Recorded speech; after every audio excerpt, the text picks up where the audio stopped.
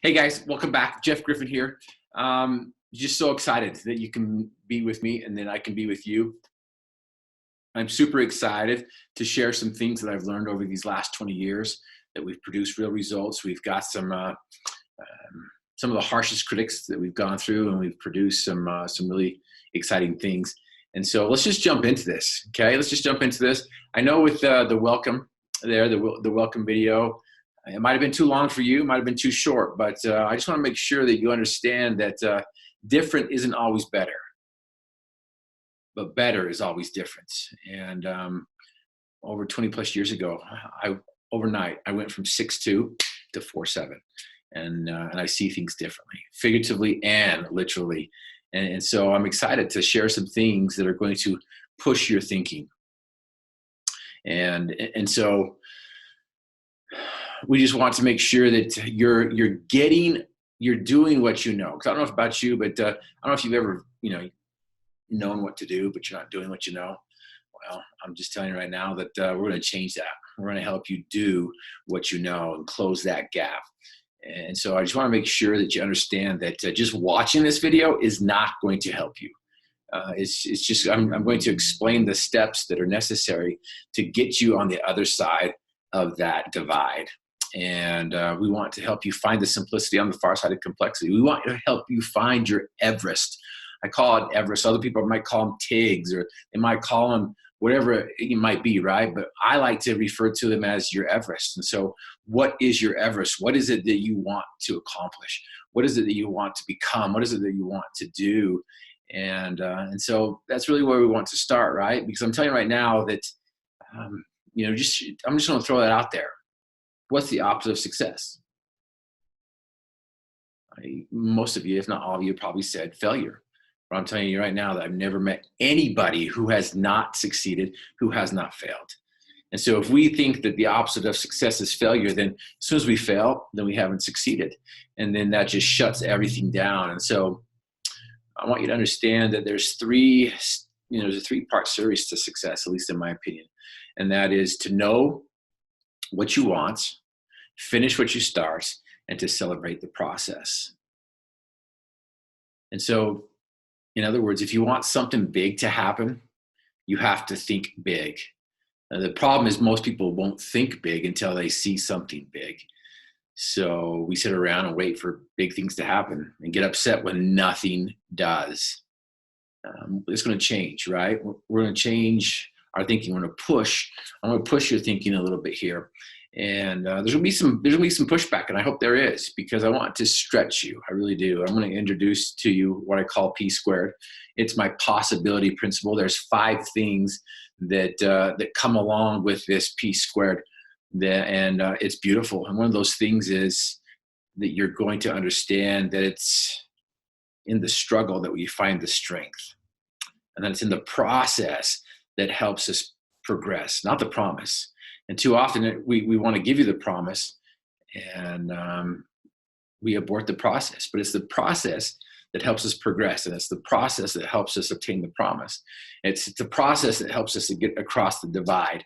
And so what we're going to do is we're going to start. We're going to start, right? Because success is a 3-part series. You got to know what you want, finish what you start, and celebrate the process. And so just being here, we're going to celebrate. We're going to celebrate the fact that you're here, that you signed up, that you want to be here, whether you were strongly encouraged, or you feel like you were forced to, or you just chose to be a part of this. We celebrate that simple step. And you got to celebrate the process along the way. And so, again, know what you want. Now, I don't know about you guys, but there's a lot of people that don't know what they want. And there's a lot of people out there that are like, hey, listen, you got to have a vision. You got to have a dream board. You got to do this. You got to do that. And what's interesting is people are out there telling you what to do, but they're not showing you what to do or helping you with that. And so what we're going to do here is we're going to start with the first step, and that is desire. Right? That is a desire. And we're going to get to the dream as well. And we're going to share with you dream weaving. 10 minutes will change your life. But it all begins, in my opinion, with your thoughts and what you think is possible. We all have the ability. You have the ability to achieve your dreams and desires. You come from infinite intelligence. Therefore, I hope you follow such faith and create a consistent, resilient, and concentrated routine to accomplish your dreams and desires. And so I just got a quick question for you here, right? We're on slide 5, and that is, if you had to choose to eliminate one of the 3 major body parts, right, that I have up there. Number 1, a brain. Number 2, a heart. Number 3, your feet. If you had to choose to eliminate one of those, your brain, your heart, your feet, which one would you eliminate? Go ahead and comment down below. Go ahead and type that in. 1, brain, or just brain. 2, hearts. 3, feet. What is it? And so I'm just curious, what might be some of your responses?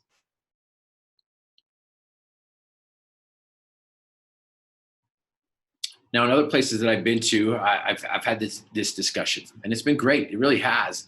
And some people are like, well, you can't live or function without a brain, so I can't eliminate the brain. And other people are like, well, without my heart, I can't function. And so most people choose option 3 just out of the process of elimination.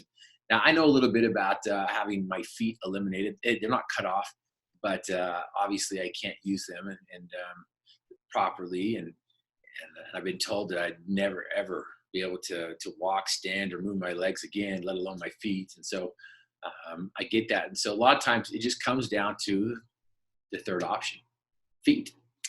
But now I want to go to the next slide. Slide number 6. If you had to choose, which one would you eliminate, right? A desire, a dream, or action, right? Doing.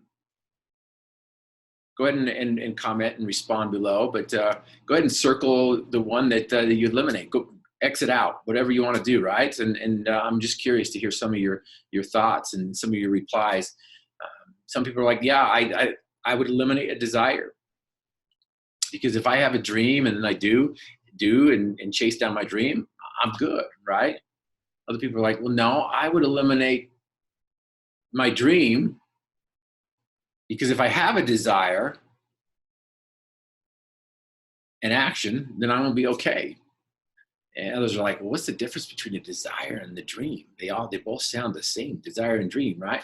And the others are like, you know what? No, listen, I would eliminate the do. Because if I just sit back and wait and I'm just patient, hey, listen, if I sit here long enough, it's going to come to me. I'm telling you right now, there's some people out there right now who believe that that's going to happen. And maybe it has happened to you in some areas, but I'm telling you right now, there's no guarantee with that one, at least in my opinion, right? I'm just going to sit back and I've got all the desire, all the dream in the world. In fact, the great Vince Lombardi, the man who won 4 Super Bowls with the Green Bay Packers, the man whose name the Super Bowl trophy is named after, said that man cannot dream himself into character. He must hammer and forge one for himself. And so desire and dream is important, but what about action? So again, if you had to choose, which one would you eliminate? Is there one that you'd eliminate by process of elimination? Would it be desire? Would it be dream? Would it be do? And so I simply ask you guys, what is it? Which one would you eliminate? Which one's important? Which one's not important? Which one's not important enough to where you could eliminate? Or are you saying, listen, I choose option 4. I choose not to eliminate any of them. And so, let's just jump in here. Let's get going here. If you look at slide 7, I want you to go ahead and don't skip down to 8 and 9, right? I don't want you to cheat there, but I do want you to simply take a look at slide number 7, and I want you to go ahead and write down your definition of what a desire is. When somebody says, hey, what's a desire? What would you tell them? What would you tell your buddy? What would you tell your friend? So go ahead and just write that down. I'll give you 30 seconds to come up with a response. Write it down there. Hopefully you haven't gone down to 8. Some of you are like, well, I'm not even going to do this. But I'm telling you right now, don't skip these steps. If you truly want to have an experience, you're going to do everything that I ask you to do and give it 100% effort. Be all in 100% of the time. And I'm telling you right now, it's going to be completely different. And so whatever you do, I just encourage you to attempt to do it all out and give it a shot. So go ahead and write down the desire. What is the desire? What does a desire mean to you?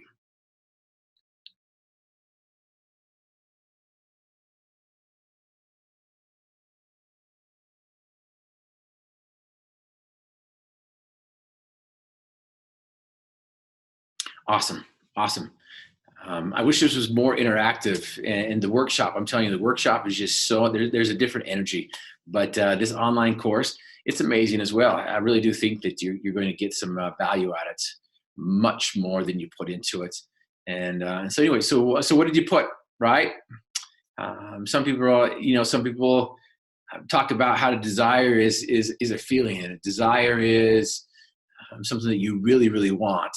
Let's just go ahead and jump to slide number 8 and take a look at this. I've taken this from the dictionary, straight out of the dictionary, and I've cut some of it up just so you can understand what a desire is. But a desire is a strong feeling of food. I have a strong feeling of food. I have a desire of food. I have a desire of making money. I have a desire of doubling my business. I have a desire of putting more money in my wallet. Also, desire means to strongly wish for, long for, a yearn for, crave, hankering after, be desperate for. I love that one, hankering after. I'm telling you right now, I find myself having a hankering for Chick-fil-A on Sundays, and they're closed. But good on them for having a vision and knowing what they want. And it's amazing what they're doing. They are outselling per unit Wendy's, Burger King, and McDonald's put together, and they're doing it with one less day. And so it's amazing what they're doing. And so I don't know if you've noticed that, but if you had an opportunity, if we had an opportunity to discuss, what word would best describe desire to you personally, right? Go ahead and put that in the comments, right? What word best describes desire for you? Is it strongly wish for? Is it a longing? Is it a yearning? Is it hankering after? Be desperate for? What's interesting though, that first one, a strong feeling of. A desire is very, very closely associated with a feeling. But let's keep on going. Let's keep on defining what a desire is. And so we jump down here. I'm just curious. In your opinion, now that desire has been defined, which organ would you associate it with? Would you associate it with the brain? Would you associate it with the heart? Would you associate it with the feet? Go ahead and put that comment in there. Feet, heart, brain, whatever it might be. But what would you associate desire with? And maybe I've led you to a strong feeling of it. Desire is a strong feeling of, so I'm going to associate it with the heart. But maybe a desire is associated with the brain. And why is that, right? Why would you do that? Or maybe a desire is associated with the feet. And again, why would you associate it with which organ would you do that? What's interesting here is, I'm going to tell you right now that if you don't have a true desire, right? If you don't have a true desire, and what's interesting is those definitions, right? You're like, well, yeah, I have a desire. I have a desire to lose weight. In fact, I always share in my workshops and in my keynote the example of my buddy who wants to lose weight. He has a desire to lose weight. He's like, hey, Griff, let's lose some weight. I think if I hung out with you long enough, I could lose some weight. And I'm like, let's do it. Let's go ahead and lose some weight. And what's interesting is, in between sentences, he'd always say, he's like, Griff, I want to lose some weight. Let's lose some weight. And he'd take a drink from his big gulp. And then he'd say, really, I want to lose some weight. And he'd take a bite from his Twinkie. And I'm like, okay, does my buddy have a desire to lose weight? And without fail, the majority of people will shake their head and say, no, he doesn't have a desire to lose weight. And I would disagree. I would disagree that he does have a desire to lose weight. But what does he have a greater desire to do? Yeah, absolutely. Eat Twinkies and drink big gulps. In fact, I was in a workshop one time sharing this, and there's a guy who had a big gulp underneath the table. Had no clue that he had that, and he was feeling so guilty. He grabs a big gulp, brings it up on top of the table, like, hey, listen, I'm having a bad day. And so I get that. Some people are having a bad day, but I have a clip here that I want to share with you. It was a time where I had an opportunity to go speak to a young men's ranch. They call it the Boys Ranch. It's one of those places where these young men are just, they're lost. Their parents are lost, really, and they just have lost direction, and it's their last chance before they go to juvie. And so I had a chance to go and speak to them. And so I just want you to sit back, pay attention to see what we're talking about with a desire.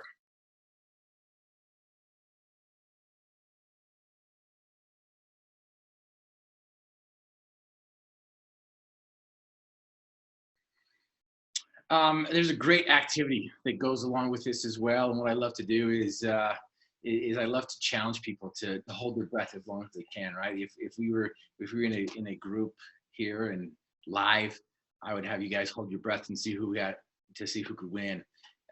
But it reminds me of that story, right? That I can't teach you unless you want to learn as much as you want that breath of air. And what's interesting is so often our desires don't match up with our dreams. And because of that, we allow the demons of doubt, fear, and complacency creep in.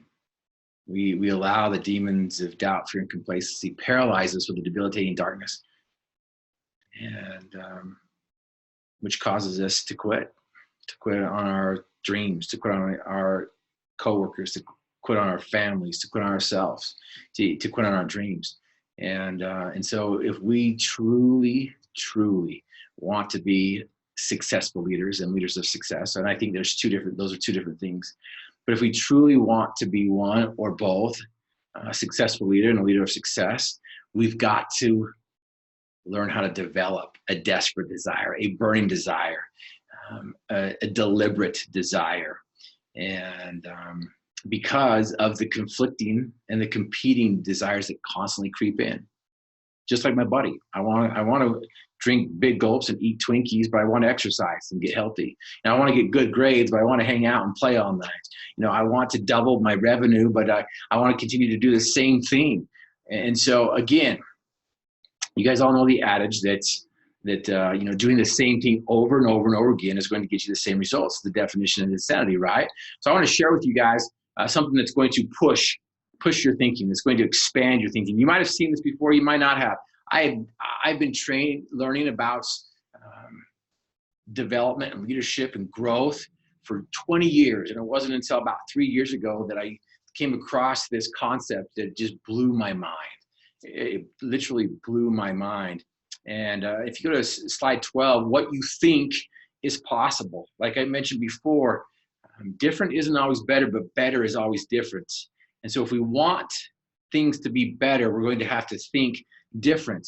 And the problem is how does the mind work? How does the thinking work? And how does that even relate to a desire? And so I want to just quickly share with you this stick figure that I learned from Bob Proctor, who learned it from George Thurman Fleet.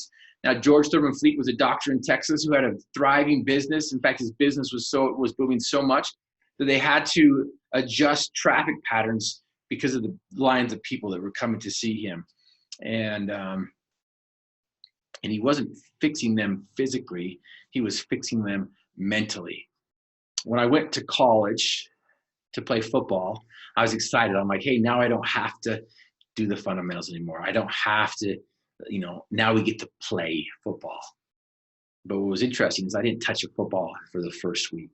We were running routes, we were doing quick feet, we're cutting, we're going left and right. And we were doing all sorts of drills before we even touched the ball.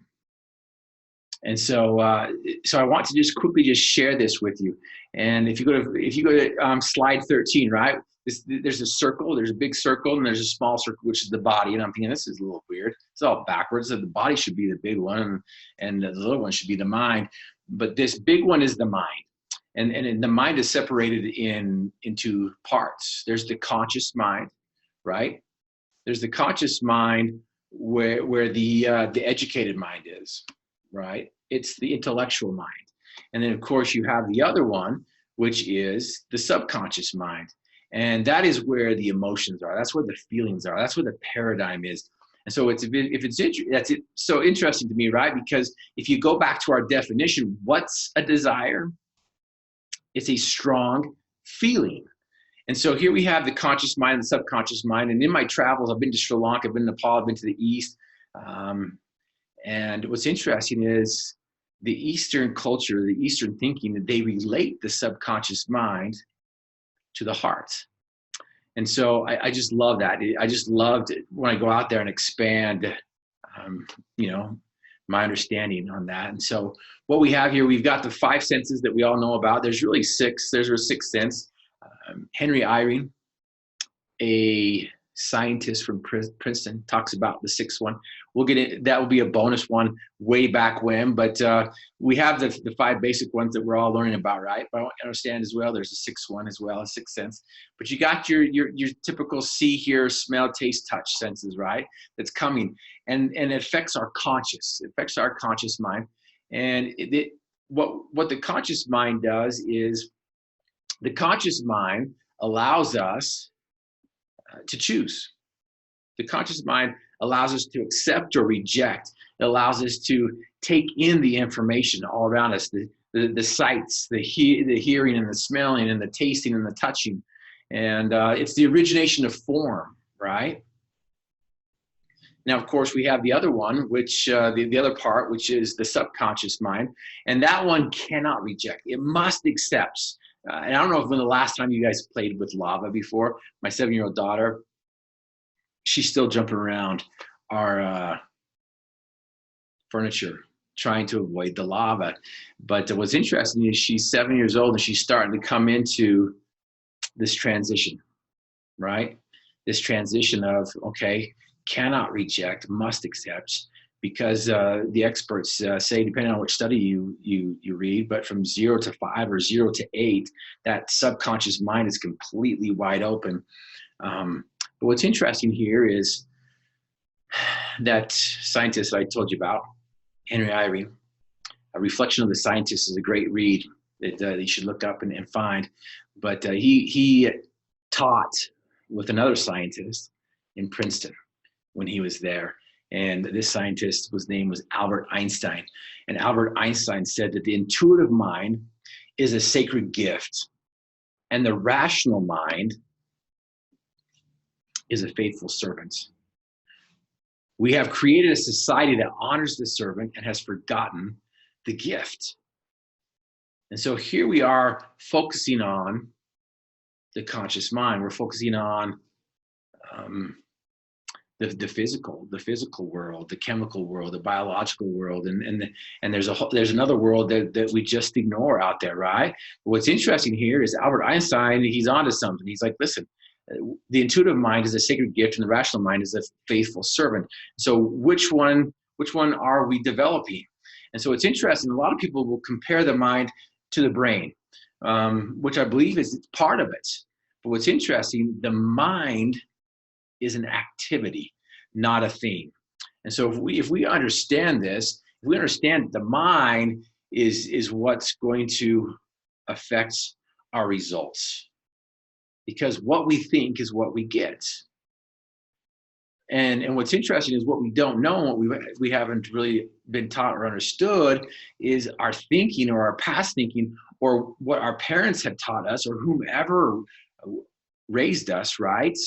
Were we raised by a TV? Were we raised by a radio? Were we raised by our friends? Were we raised by the foster care system? Were we raised by the government? How were we raised? Were we raised by the hard knock life? And again, from 0 to 5, everything that comes to us, from 0 to 8, everything that comes to us is just being dumped into our subconscious mind. And as I mentioned before, what does the Eastern world, I think I said Western world, what does the Eastern world associate the subconscious mind with? And of course, as I mentioned before, if we were paying attention, they associate it with the heart. And so going back to that question earlier, if you were to associate a desire with a major organ, what would it be? You could associate it with the brain, right? The conscious mind. The conscious mind is associated with thinking, with the intellectual, the educated mind. Or you could associate it with the heart, you know, because the heart, the subconscious mind, is where the feelings are. It's where the emotions are. And Bob Proctor, as I mentioned before, he said, to be able to shape your future, you have to be willing and able to change your paradigm. And the subconscious mind is where the paradigm is found. And what's interesting is Dan Clark said that 90% of what we do is habitual. I think that number's a little bit low, but again, that's where we're just acting. We're just doing because that's what we've been taught. In fact, if you think about it, how do you tie your shoes? Do you take one loop and then you loop it, or do you take two loops and put it together, or do you just have Velcro, or do you slip them on and don't even do anything with it, right? But if you go back to this, if you go back to slide 22 here, what we have going on now is we've got radios, books, other people, TV, news, media, as I mentioned before, that's just dumping into us. And so if research is accurate, which I think it is, especially having 4 kids of my own and seeing them go through that developmental stages and those ages, it's spot on. In fact, my youngest daughter, she's my favorite, right? Don't tell the other 3, but she's my favorite, just for the fact that she's starting to discover and come into her own, and she's starting to use her conscious mind. She's starting to develop and create her labels and who she wants to be and what she wants to do. And she's my wife's least favorite, because she's no longer going to just accept everything that she tells her to do. And I love that, right? I love that. And I love the fact that before, the subconscious mind could not determine the difference between that which was real or that which was imagined. And so what we have here is we're talking about self-image, right? As I mentioned before, self-image is created and developed until the age of 5 or 8, depending on what it is. And so radio, books, other people, TV, dad, mom, you know, for 5 to 8 years, it's just being dumped into it. The radio station. What's happening here? Where are you getting your information from? Where are you continuing to get your information from? Once the kids enter into the educational system, right, there's 3 major places that they're being taught, right? They've got school, they've got home, and they've got peers. And so homeschool and peers.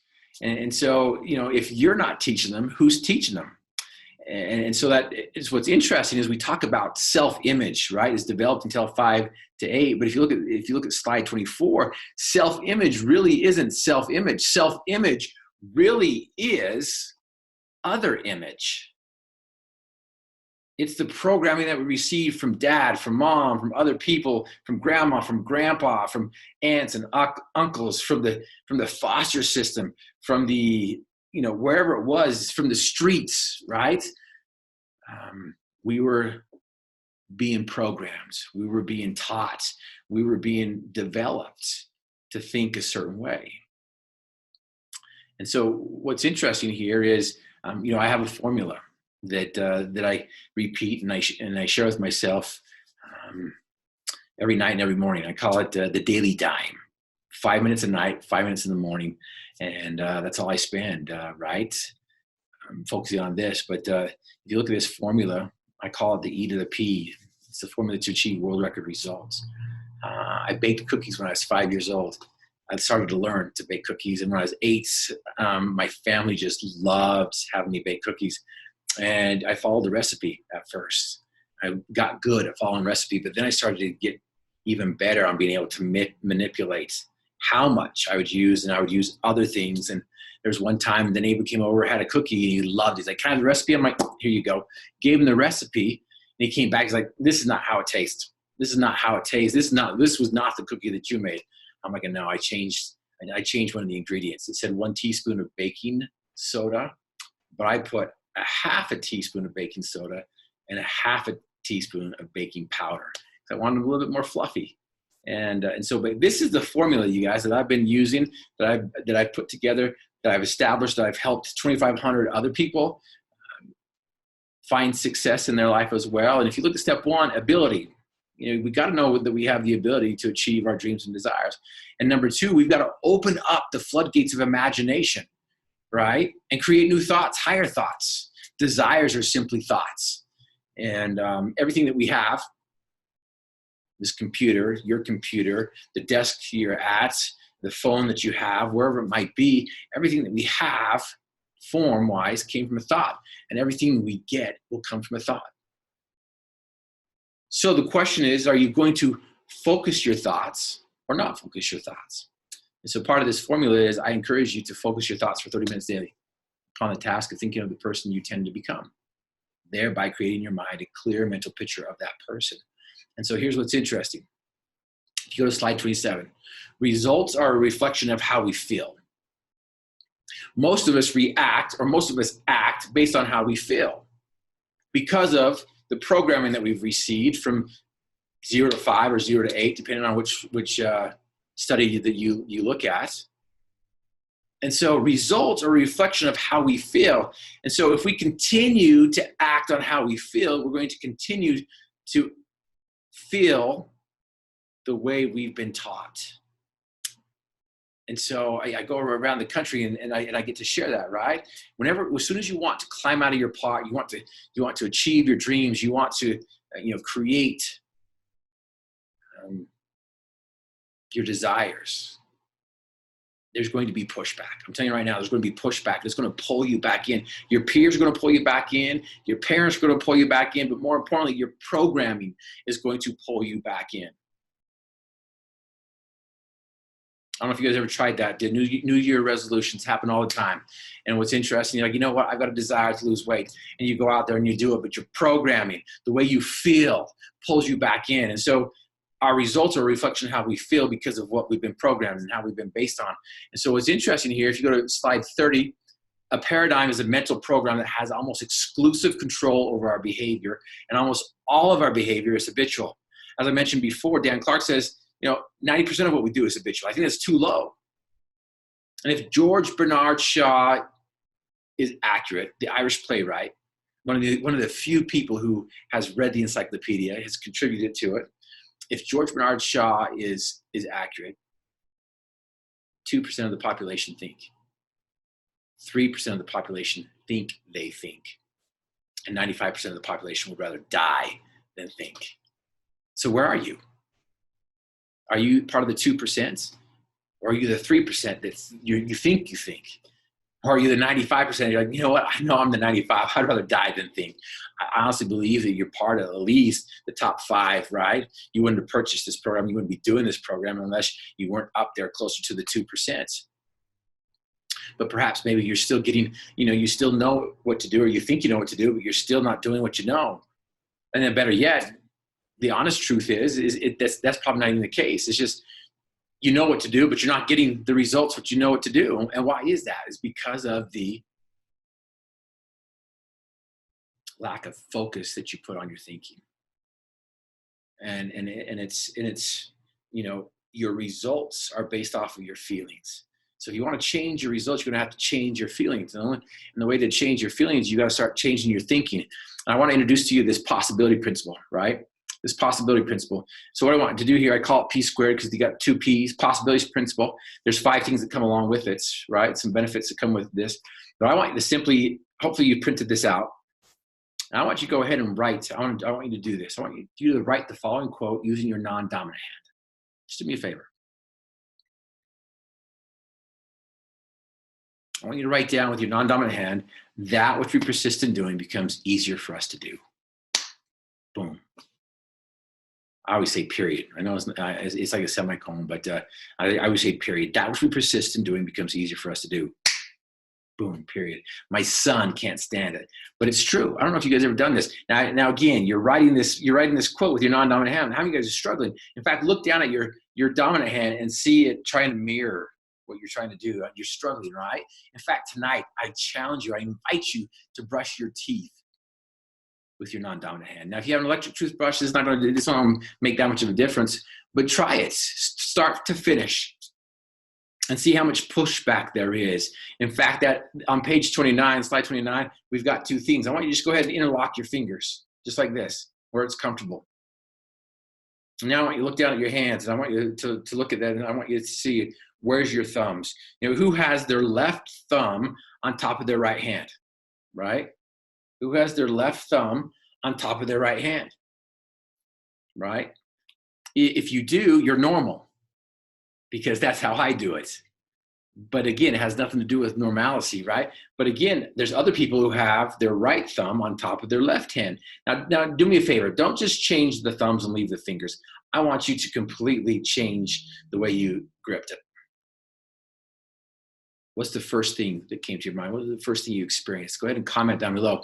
But what was it? Most people are like, the word that most people use, weird. How many guys did weird? But yes, if you did weird, right? Or a 1 if you did weird, 2, if it wasn't weird. But, again, now do me a favor. Go back and forth. Go back and forth and see if you can go back and forth. Some are like struggling and doing it right now. And another activity to illustrate this idea is 90% of what we do is habitual, right? Fold your arms. And how do you guys have your left arm on top of your right arm? You're normal, because that's how I do it. There's other people out there that have their right arm on top of their left arm. So go ahead and do that. Go ahead and switch it up. See what it feels like. You're like, wow, that's weird. It doesn't feel right. In fact, there's some people like, and they go back right to the same place that they were at before. Maybe that was you, right? But this idea, when's the last time you thought about writing? When was the last time you thought about drawing a P, or drawing a T, or drawing a W? In preschool or kindergarten, whenever it was that you learned to write, you had to have those dotted lines to help you walk you through those letters, and then you traced them, right? And then you got rid of the tracing, you did it yourself, and then some of us decided that we wanted to have some good font instead of bad sloppy font, and mine's still sloppy font. But my daughter, it's awesome to see from kindergarten to now 2nd grade, she's decided that she wants some pretty font. And it's just neat that she's been able to go from having to trace her letters to now knowing her letters, to now making words out of her letters, to now making sentences out of her letters. And now she's going to go on to make paragraphs out of her sentences that she made out of her words, that she made out of her letters. But what's interesting, when's the last time that you remember doing this simple concept? And I'm telling you right now, this principle is going to just open up the floodgates of imagination. It's just going to blow your minds on how to accomplish the impossible.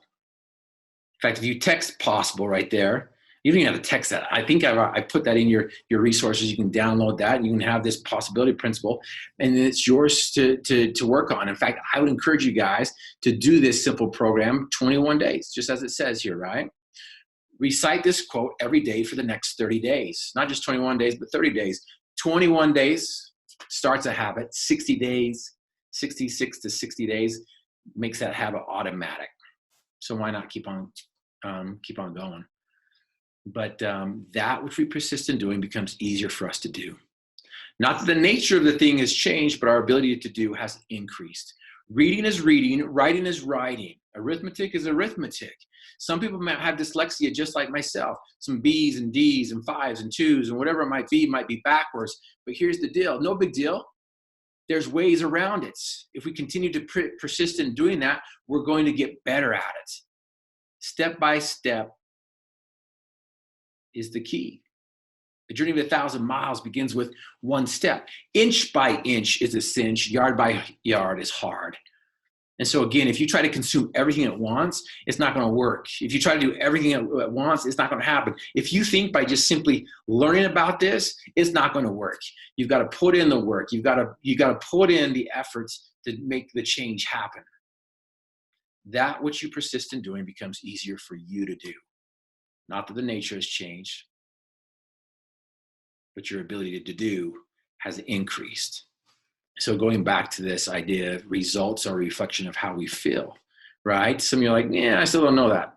One of the books that I love out there, it has those, I call them swear word marks. There's symbols on your numbers, but it's F your feelings, right?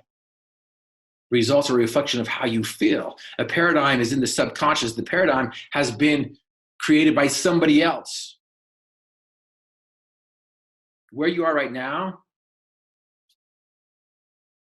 unless you had a conscious decision to go where you're going, was developed by somebody else. So what's interesting is people are like, yeah, I want to be my own man. I want to be my own person. Really, if you don't choose to think, you're not your own person.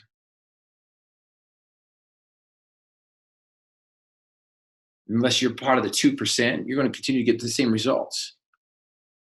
And if you think that you can just look at these videos, listen to things on YouTube and change, it's not going to happen either. So let's go back to slide 34. What is a desire? Desire is a strong feeling of, a strongly wish for, a long for, a yearn for, a crave, a hankering after. Desires are simply thoughts. So I desire something. I strongly think about having a hamburger. I strongly think about eating my Twinkie. I strongly think about drinking Big O's. I strongly think about doing nothing and hoping that I'll receive something.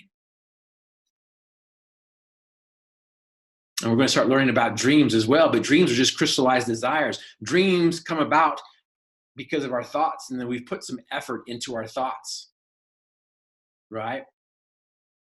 And thoughts mixed with emotions become dreams. And that's why I think it's so important. I believe that change happens in one of two ways the quickest. One is emotional impact.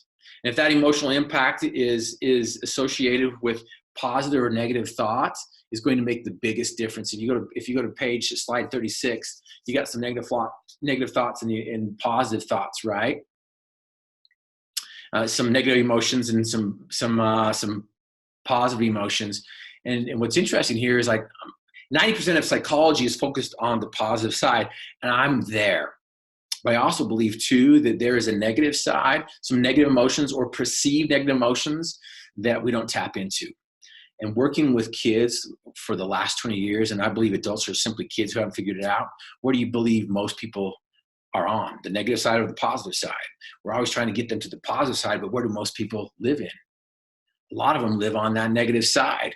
And so if we're ignoring those negative emotions, we're losing out on a lot of fuel that we could tap into and have some productive results. And so instead of thinking them as positive and negative, start thinking them as productive and unproductive.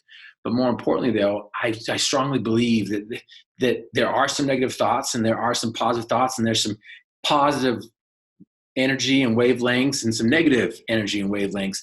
And I believe that the positive emotions have a longer shelf life than the negative ones. And there's research and there's evidence to show that to be. But what's interesting too, though, is bridle those emotions, bridle those negative emotions and convert them over to the positive side, because those positive emotions are going to last longer. It's going to help you get past that divide. It's going to help you overcome your paradigm. It's going to help you overcome your programming. And so when that's pulling you back, get on those positive emotions, take those negative emotions, convert them over to the positive side and get past the programming and the pushback and the pullback. I don't know if you guys know this man, slide 37. His name's James Lawrence, the Iron Cowboy. I was listening to a podcast. And again, remember, the paradigm is found in the conscious or the subconscious. It's found in the subconscious. It's found where we feel. And James Lawrence, the Cowboy, he did 50 triathlons in 50 days in 50 different states. Crazy. Triathlon is a 2.5 mile swim. It's a 116 mile bike ride. And then it's a full on marathon, 26.2 mile run. And he did that in 50 states in 50 days. Crazy, right? And as he was talking about how he's strapped up and they're monitoring him, and he's like, we're looking at the science here and the data. And he's like, it was interesting. He said this exactly. It was amazing to watch just the science behind it. I love how you used science, right? So I only believe in science. This is Huey Louie, right? No way. We can't do this. I just look at the science in this. When I was riding my bike, and as soon as I found my thoughts going somewhere negative, boom, heart rate jumps, power drops. You tell me, do our emotions affect our results? And where did those emotions come from, right? Where do those feelings come from? And do those feelings affect my thinking? And again, did my thinking affect my emotions? And where did it start? Where did it begin? Was it the chicken or the egg? And so slide 39, how do we get somebody from this mentality, don't quit, to slide 40, to do it, right? How do we get somebody who doesn't want to do something? You know, as leaders, how do we get ourselves and others from here to there, from the don't quit to the do it, right? How do we get them to think that it's possible when their whole life is like, it's impossible, it's delusional? You know, how do we get them to start thinking abundantly when they've been thinking scarcity? How do we get them to start thinking that, you know what, we can double our income, we can, get $10 million this year in net revenue? You know, how can we get them to do things that they've never done before? You know, I love the story that Henry Ford, right, is associated with him, where he wants to improve his engine and just have one solid block of pistons, and the engineer's like, we can't do it, Henry. It's impossible. 6 months goes by, nothing happens. He comes back, it's like, no, listen, we're going to do this. We need to do this. And so how do we reframe? How do we reframe our mind and our thinking to go from a don't quit to a do it attitude? You know, it's by flipping the switch. You guys, it's by flipping the switch. You know, I have this rubber band here. I call it my battle cry bracelet. I have 4 of them. One of them has E to the P. It's infinite sign, endless possibilities. Another one that's black has courage do, faith have. Another one's blue that says just don't quit, capital D O capital IT. Another one is pink that says I'm possible. Looks like impossible, but really it's I'm possible. But how do we get people to have an attitude of gratitude? How do we help them flip that attitude or adjust that attitude? How can we help you adjust your attitude? Well, there's a way to do it. There really is. And again, I want you to understand that attitude helps us see things differently. And parts of helping us reframe things and helping us flip the switch is using positive affirmation phrases, or using self-talk or auto-suggestion, or whatever you want to call it. We want to spend some more time later on, but I just want you to know that part of the daily dime that I do is with this book, The Endless Possibilities, the 90-day recipe for world record leaders follow and finish with exactness, right? The 90-day recipe for world record results. There's a simple pattern and a simple process to help your thinking. Now, I didn't know this at the time. I don't know if it's the Scout Oath, the Scout Law, or whatever it is, but whenever we wanted to eat on our Scout trips, we had to repeat it. And it was either the motto, the law, or the oath. And so we just had to be prepared. But one thing that I didn't realize at the time was they're helping us with our self-talk. Now, if you guys know what I'm talking about, a Scout is trustworthy, loyal, helpful, friendly, courteous, kind, obedient, cheerful, thrifty, brave, clean, and reverent. And I always say, and always hungry. But what are you telling yourself? What have you been telling yourself, right? What's the first thing that comes to your mind? Now, again, we're going to spend more time on this, but if you want to, you can go and order this Endless Possibilities book. You can start doing it if you haven't done it already. But I do want to let you know that what you think is possible. Whenever you screw up, what's the first thing that comes to your mind? I'm so stupid. When you make a mistake, what's the first thing that comes to your mind? When you hit the first snag, what's the first thing that comes to your mind? I can and I will achieve my dream. I can and I will work with that person. I can and I will increase my desire. I can and I will learn this new program. I can and I will help myself. I can and I will earn $10 million with the help of the rest of the business. I can and I will get that new promotion. I can and I will find and discover that $1 million idea. I can and I will lose weight. I can and I will, whatever it might be, because I am infinite intelligence. Slide 43. Do you really believe that you have the ability to achieve your dreams and desires, and that you come from infinite intelligence. You look the way you look because of your mom and your mom and dad. You look like them because of what they gave you. Now again, you guys, I'm not preaching or teaching anything here, but I really do believe that all things were created by God, and God wants us to have all things. And you can call him whatever you want to. I address him as Father. And I do have a Heavenly Mother as well. But I come from infinite intelligence. I am royalty. I am capable. I am able. I am a father. I am a creator. I am successful.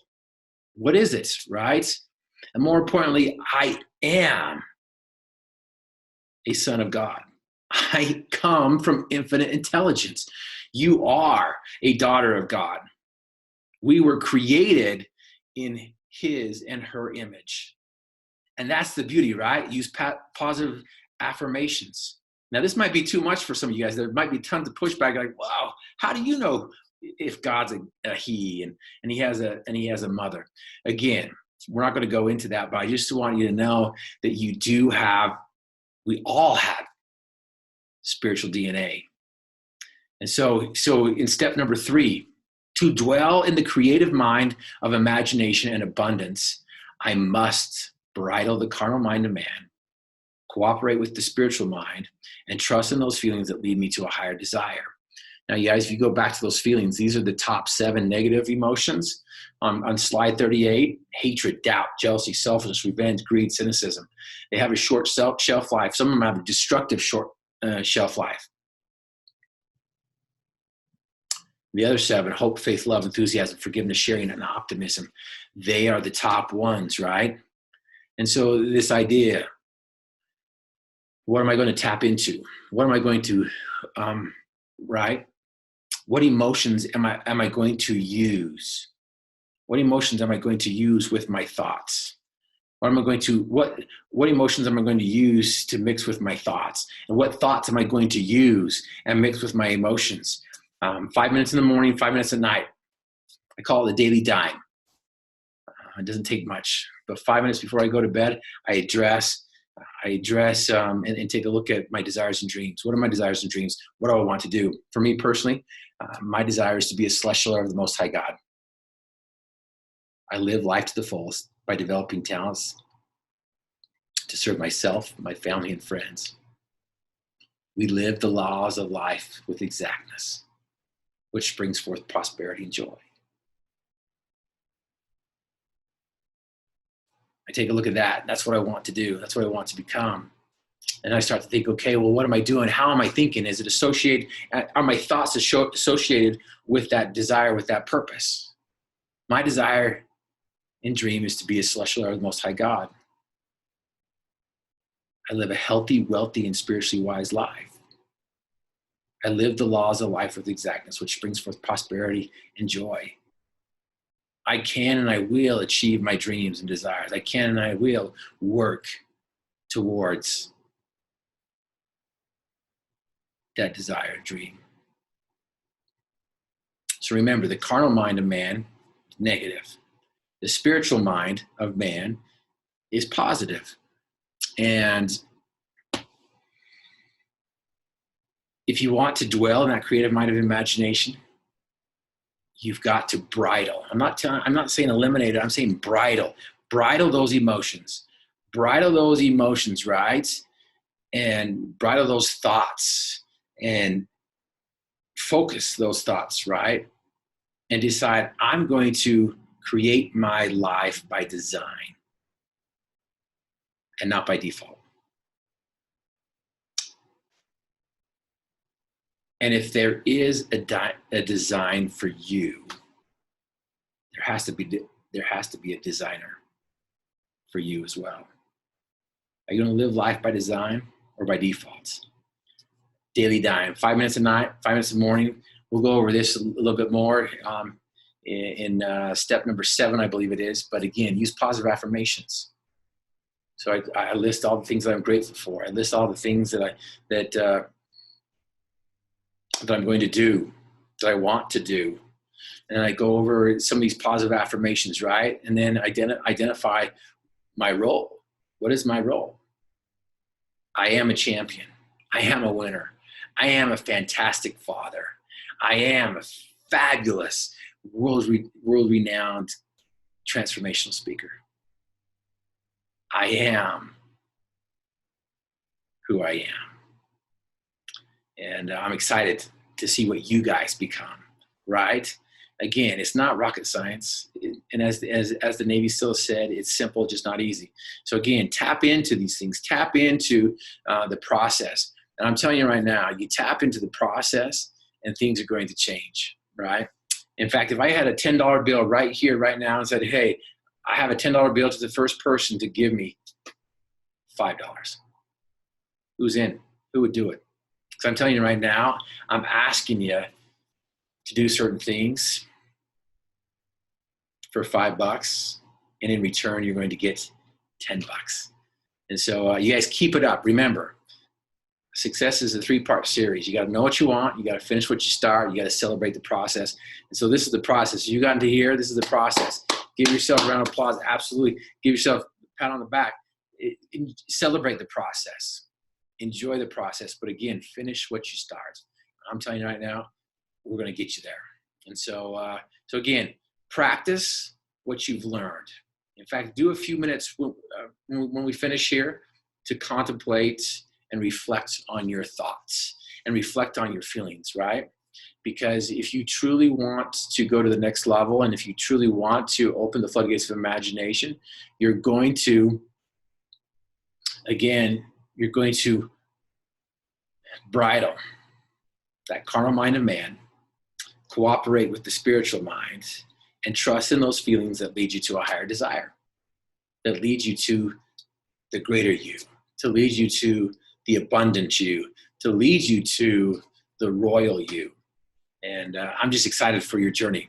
So we'll see you on the other end. So go ahead, review your notes. There's a little quiz to test your understanding. No big deal. I think it's only 10 questions. Pretty simple. But you've got this. It's pretty easy. And again, knowing something is much different than doing something. I know how to golf. I just don't know how to golf. And so, so anyways, you guys, remember, you've got this. You're possible.